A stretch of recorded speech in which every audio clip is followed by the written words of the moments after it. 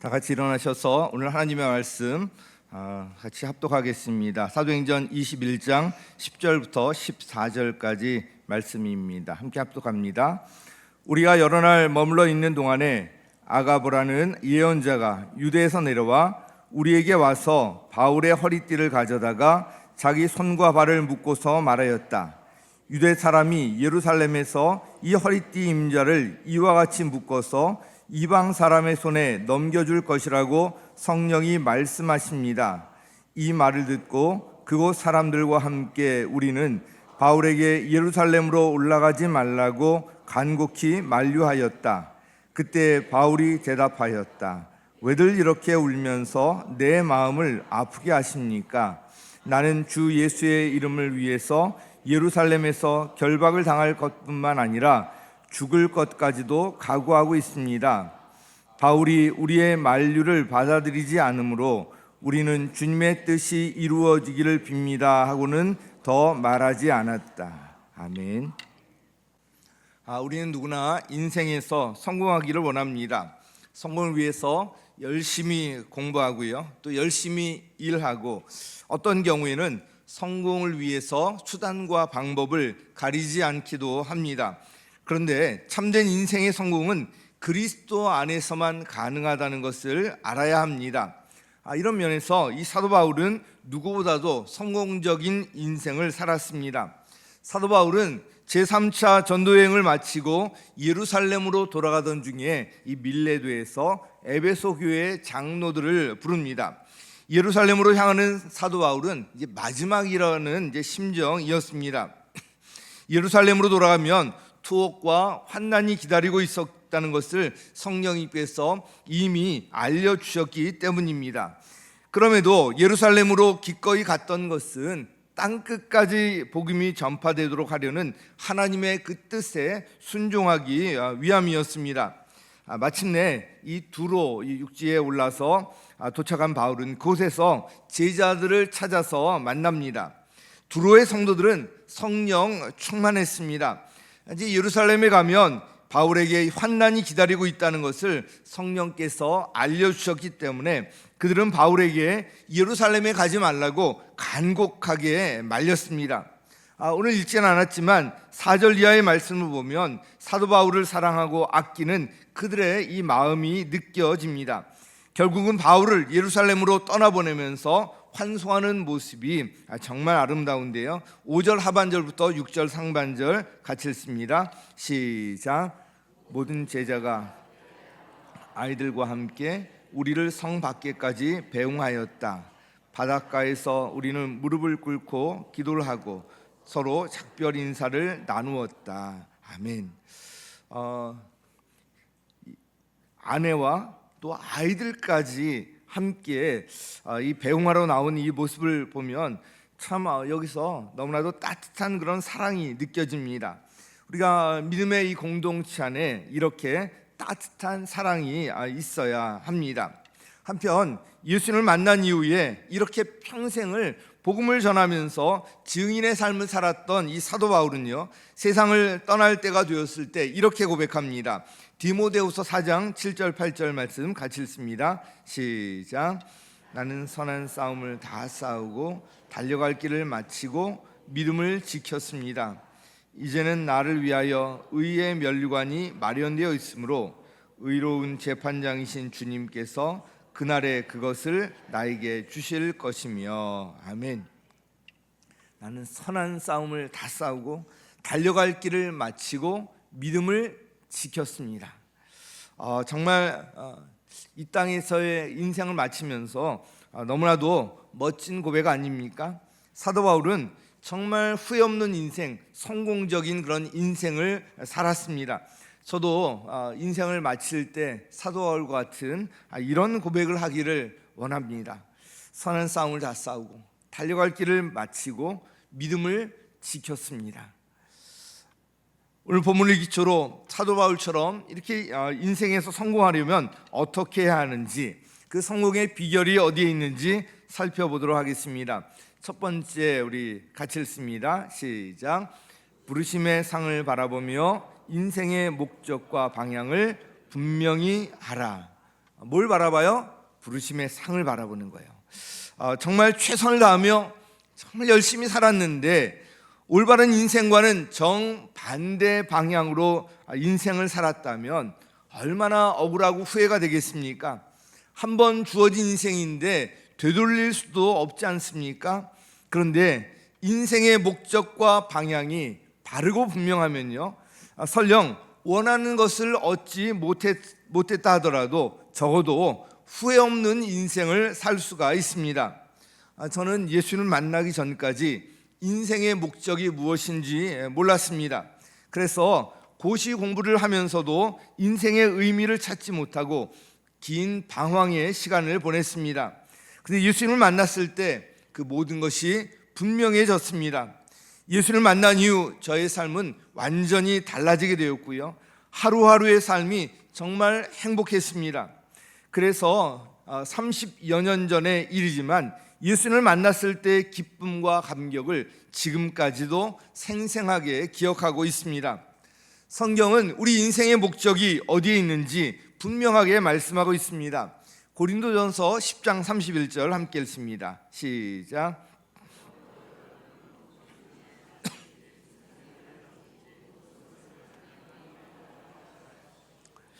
모든 것을 뭘 위해 하라고요? 하나님의 영광을 위해서. 우리 인간의 인생의 가장 중요한 목적이 바로 이 하나님의 영광이에요. 구체적으로 어떻게 사는 것이 하나님의 영광을 위해 사는 것일까? 에베소서에서는 그것을 선한 일로 표현하고 있습니다. 에베소서 2장 10절 우리 함께 읽습니다. 시작. 우리는 하나님의 작품입니다. 선한 일을 하게 하시려고 하나님께서 그리스도 예수 안에서 우리를 만드셨습니다. 하나님께서 이렇게 미리 준비하신 것은 우리가 선한 일을 하며 살아가게 하시려는 것입니다. 아멘. 선한 일을 하게 하시려고 라는 말이 반복해서 나옵니다. 이 구절은 구원이 어떤 자격 때문에 주어지는 것이 아니라 하나님의 선물로 주어진 것이다. 이 에베소서 2장 8절 9절에서 분명히 말씀하고 있는데 여기에 바로 이어지는 구절입니다. 우리가 구원받은 것은 전적인 하나님의 은혜요 선물이라는 것입니다. 그래서 구원받은 우리를 예수님 안에서 새로운 피조물이 되게 하신 하나님의 작품이라고 말씀하고 있는 것입니다. 하나님께서 만드신 작품이기 때문에 무슨 작품이라고요? 하나님의 걸작품. 지나갈 수가 없잖아요. 우리 옆에 계신 분들, 당신 하나님의 걸작품입니다. 네.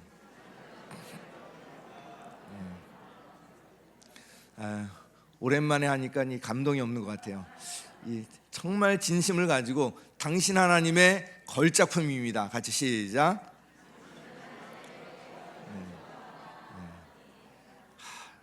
정말 그렇습니다. 우리 하나님의 걸작품이에요. 그런데 하나님께서 우리를 이렇게 걸작품, 작품으로 만드신 목적이 있습니다. 이 땅에 살면서 자신이 왜 사는지도 모르고 무엇을 위해 사는지도 모르고 그냥 살아가는 사람들이 많습니다. 인생의 목적을 모르기 때문에 그냥 뭐가 좀 안 되는 것 같으면 방황할 수밖에 없고요, 그 인생이 행복하지 않습니다.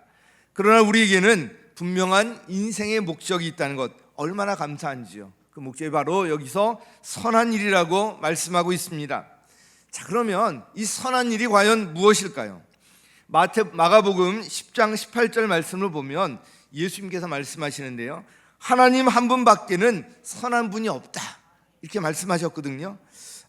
그렇다면 하나님 한 분 외에는 이 땅에 선한 것은 아무것도 없다는 거예요. 그러므로 이 선한 일이란 하나님과의 관계 속에서만 그 의미를 찾을 수가 있습니다. 즉 선한 일은 우리가 일반적으로 생각하는 착한 일보다 더 근본적인 의미를 가지고 있습니다. 한때 유행했던 목적이 이끄는 삶이란 책을 보면 선한 일과 관련해서 인생의 목적을 좀 더 구체적으로 언급하고 있는데요, 이 책에서는 5가지를 언급하고 있습니다. 그 하나가 첫 번째로 우리는 하나님의 기쁨을 위해 창조되었다. 하나님의 기쁨을 위해. 그래서 우리는 하나님께서 기뻐하시는 삶을 살아가야 하는데 그 중심에 있는 것이 바로 예배예요. 하나님께서 가장 기뻐하시는 그 모습이 바로 예배라는 것입니다. 그래서 우리가 이 주일마다 나와서 드리는 예배, 하나님께 기쁨을 드리고요, 하나님께 올려드리는 너무나도 인생의 중요한 그런 목적을 우리가 지금 하고 있는 것입니다. 우리 하나님의 기쁨을 위해 창조되었다. 두 번째로, 우리는 하나님의 가족으로 태어났다는 거예요. 하나님의 가족으로. 그래서 우리 형제자매라고 부르잖아요. 그래서 가족 공동체를 이루며 사는 것이 바로 하나님의 뜻이라는 것입니다. 그래서 가족 간의 이 친밀한 교제가 우리 교회 공동체 안에, 믿음의 공동체 안에 있어야 하는 것입니다. 그래서 우리 교회에 있는 것이 목장이에요. 목장은 다른 것이 아니라 친밀한 가족 공동체라는 것입니다. 세 번째로, 우리는 그리스도를 닮도록 창조되었다는 거예요. 왜 예수님을 닮아야 합니까? 그렇게 창조되었기 때문에 그래요. 그래서 우리가 예수님을 닮으면 닮을수록 인생에서 더 큰 행복을 누리며 살 수가 있습니다. 그러므로 우리는 모두 예수님을 닮아 예수님의 제자가 되어야 합니다. 그 길을 안내해 주는 것이 성경, 그래서 우리가 삶 공부를 하지 않습니까? 그리고 그 실제 훈련의 현장이 바로 이 가까운 가족 공동체 안에서의 목장입니다. 네 번째로, 우리는 하나님을 섬기기 위해서 지음받았다는 것입니다. 지난번에 제가 인생의 목적은 섬김을 받는 데는 것이 아니라 섬기는 데 있다는 말씀을 드렸습니다. 이 섬김의 기쁨은 섬겨본 사람만이 알 수가 있습니다. 목장은 바로 이 섬김을 연습하고 훈련하는 현장입니다. 여기서 훈련하고 연습해서 세상에 나가서 그 많은 공동체 안에서 이걸 실제로 해보는 거예요. 그래서 우리 목장에서는 목자, 목녀만 섬기는 것이 아니라 모든 목장 식구들이 서로 섬겨야 하는 것입니다. 섬김의 훈련의 장이기 때문에 그래요. 그래서 우리가 집을 돌아가면서 오픈해서 모이고요, 음식도 돌아가면서 섬기고, 이 섬김을 훈련하는 것이 바로 이 목장이라는 것입니다. 마지막 다섯 번째로, 우리는 사명을 위해서 지음받았다 말씀하고 있습니다. 하나님께서 우리를 하나님의 자녀로 먼저 부르신 뜻이 있습니다. 하나님의 뜻과 소원은 모든 사람들이 구원에 이르는 거예요. 구원을 받는 거예요. 그 일을 우리를 통해서 이루기를 원하십니다. 그래서 우리는 모두 이 사명을 따라 살아야 하는 것입니다. 영혼 구원하여 제자 만드는 것, 이것은 교회의 존재 목적일 뿐만 아니라 목장의 궁극적인 존재 목적이고요, 이 우리 인생에서 아주 중요한 사명입니다. 그러므로 우리 목장이 전도와 선교의 이 주체가 되어야 하고요, 목장에서는 끊임없이 영혼 구원이 일어나야 하는 것입니다. 간단히 말하면 예배, 교제, 훈련, 섬김, 전도, 바로 이 다섯 가지로 요약할 수가 있습니다. 근데 이것은 이미 말씀드린 것처럼 우리 교회에서 신앙생활을 하면서 자연스럽게 이루어지는 것들입니다. 우리 인생의 목적이 분명하면 어떤 상황과 환경 가운데서도 흔들림 없이 목표점을 향해 우리가 나아갈 수가 있습니다. 그렇게 살아갈 때 진정으로 행복한 인생을 살 수가 있는 것입니다. 우리 빌립보서 3장 13절 하반절부터 14절까지 함께 읽습니다. 시작.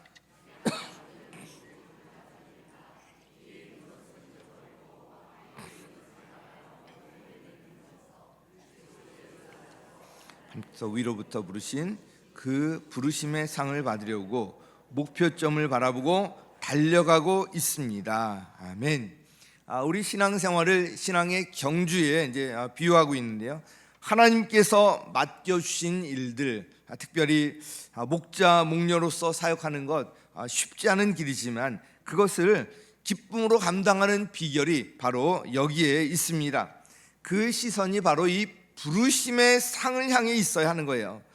분명한 목표점이 있기 때문에 그 속도는 비록 조절하고 아까 기도하신 것처럼 더딜 수도 있지만 방향에서 벗어나지 않아요. 그 길에 바로 주님께서 동행하시고요, 그 길에 참된 기쁨이 있고 행복이 있습니다. 인생 성공의 비결이 바로 여기에 있는 거예요. 인생의 목적을 분명히 할 때 왜 공부하는지 깨닫게 됩니다. 그렇게 되면 공부하는 자세가 달라집니다. 누가 공부하지 말라고 해도 공부해요. 전에 이 고2까지 성적이 최하위권에 머물던 아이가 예수님 안에서 인생의 목적을 깨닫게 되자 고3부터 공부에 집중하면서 나중에 1등급까지 되었다는 그런 간증도 들었습니다. 목적을 분명히 하는 것이 이렇게 중요한 거예요.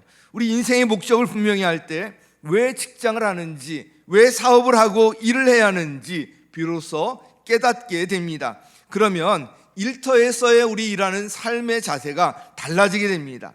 가정생활, 이 교회생활 역시도 마찬가지입니다. 사랑하는 성도 여러분, 이 부르심의 상을 바라보면서 인생의 목적과 방향을 분명히 함으로써 인생에서 모두 성공하시기를 예수님의 이름으로 간절히 축원합니다. 자, 두 번째 비결은 바로 두려워하지 말라는 거. 같이 시작. 실패를 두려워하지 말고 선한 일에 도전하라. 인생의 목적이 분명하면 시련이나 실패를 두려워하지 않게 됩니다. 어떠한 역경 앞에서도 흔들리지 아니하고 끊임없이 도전하며 담대하게 나갈 수가 있습니다. 오늘 본문 10절 11절 다시 한번 읽습니다. 시작. 아가보라는 예언자가 유대에서 내려와 우리에게 와서 바울의 허리띠를 가져다가 자기 손과 발을 묶고서 말하였다. 유대 사람이 예루살렘에서 이 허리띠 임자를 이와 같이 묶어서 이방 사람의 손에 넘겨줄 것이라고 성령이 말씀하십니다. 자, 이 아가보라는 예언자는 전에 안디옥에 와서 온 세상에 기근이 될 것이다, 이렇게 예언을 했던 잘 알려진 하나님의 예언자입니다. 사도행전 11장 28절에 등장하는데요. 그래서 이 아가보의 이 말을 듣고 모두가 다 사도 바울에게 예루살렘으로 올라가지 말라고 간곡하게 만류했던 것입니다. 그런데 이 일에 대해서 사도 바울은 이렇게 대답합니다. 13절 함께 읽습니다. 시작. 왜들 이렇게 울면서 내 마음을 아프게 하십니까? 나는 주 예수의 이름을 위하여 예루살렘에서 결방을 당할 것뿐만 아니라 죽을 것까지도 각오하고 있습니다. 아멘. 정말 주 예수의 이름을 위하여 죽을 것까지도 각오하고 있다. 정말 놀라운 고백입니다. 사도 바울이 어떻게 이런 고백을 할 수 있었을까요? 그의 인생의 목적이 분명했기 때문에 그래요. 목적이 분명하면 시련이나 실패를 두려워하지 않습니다. 우리 대학 입시 아직 발표를 기다리고 있는 우리 학생들도 있고 이미 발표가 나서 합격이나 불합격이나 여러 가지 있을 것입니다. 그러나 내 뜻대로 내 계획대로 되지 않는다고 낙심할 필요가 없습니다. 하나님의 뜻을 분별하며 그것이 하나님의 영광을 위한 것이라면 다시 도전하는 거예요. 우리가 목장도 분가했는데 분가한 목장이 이게 잘 안 되는 경우가 있어요. 실패할 수도 있습니다. 영혼구원도 마찬가지예요. 영혼구원하고 침례받고 간증까지 했는데 다시 교회 안 나오는 사람이 있을 수도 있어요. 얼마든지 실패할 수가 있습니다. 그러나 낙심하거나 두려워하지 말고 다시 도전하시기 바랍니다. 하나님께서 기뻐하시는 이 선한 일은 우리가 끝까지 도전하는 거예요. 휴스턴 서울교회도 가보면 모든 목장이 100% 성공하고요, 영혼 구원한 사람들이 다 제자가 만들어지고 이러지 않아요. 여러 실패와 시련이 그 가운데도 여전히 있어요. 그런데 보니까 그럼에도 불구하고 다시 일어나서 도전하는 거예요. 그렇게 끊임없이 도전하는 가운데 교회가 이 큰 틀에서 계속 성장하고 세워져 가는 것을 볼 수가 있었습니다.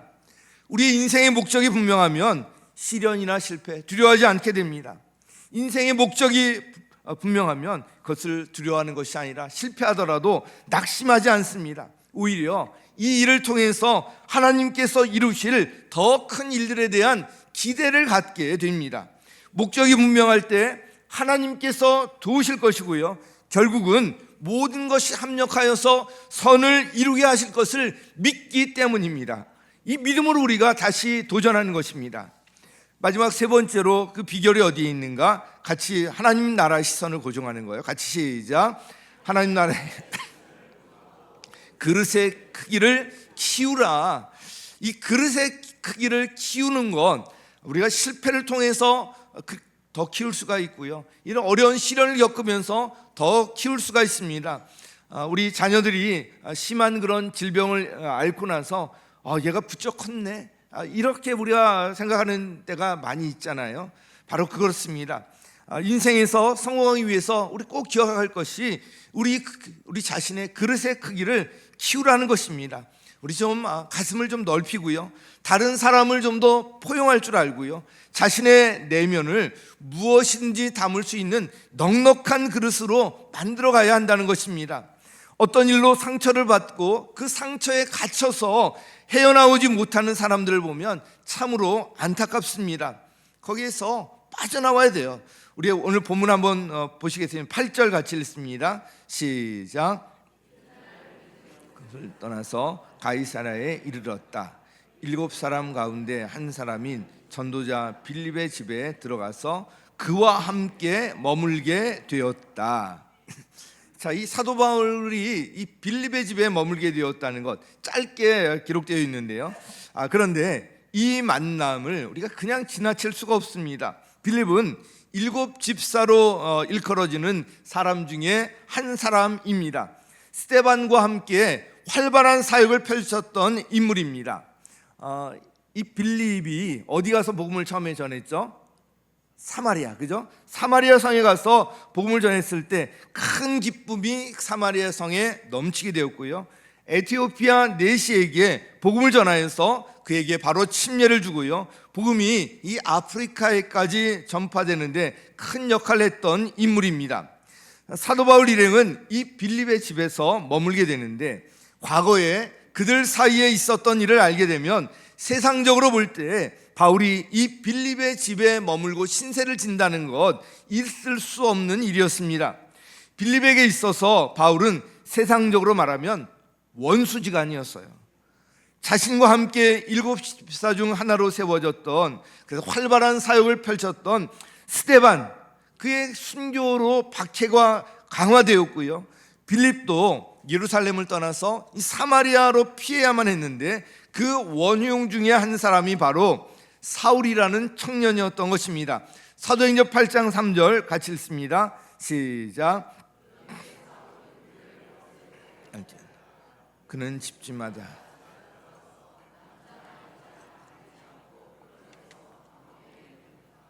교회를 없애려고 날뛰었어요. 그냥 누구든지 믿는 사람 보면 찾아가서 잡아서 가두고요, 늘 이렇게 했던 사람이에요. 얼마나 성도들을 핍박했습니까?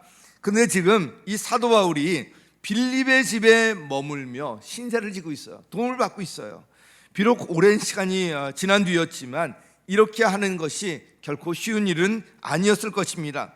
그러나 이런 모습이 바로 빌립이 하나님께 귀하게 쓰일 수 있었던 그런 이유고요, 7 집사 중에서도 스데반과 함께 이 빌립, 다른 제자들의 특별한 사역이 기록되어 있지 않잖아요.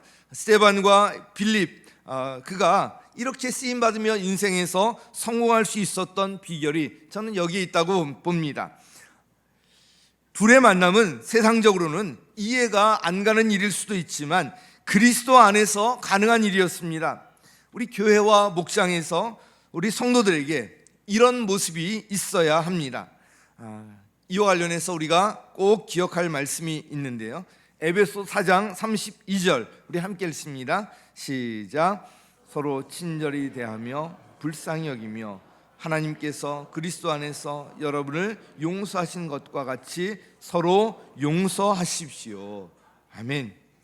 저 인간은 내가 죽을 때까지 용서할 수 없어, 이런 마음을 품는 것을 다 내려놓으셔야 돼요. 서로 친절히 불쌍히 여기시고, 우리 그리스도께서, 예수님께서 우리를 용서하신 것, 우리 다 지옥 가게 되어 있는 영혼, 우리 죄를 용서하시고 우리를 구원해 주셨잖아요. 그것처럼 서로 용서하라고 말씀하고 있지 않습니까?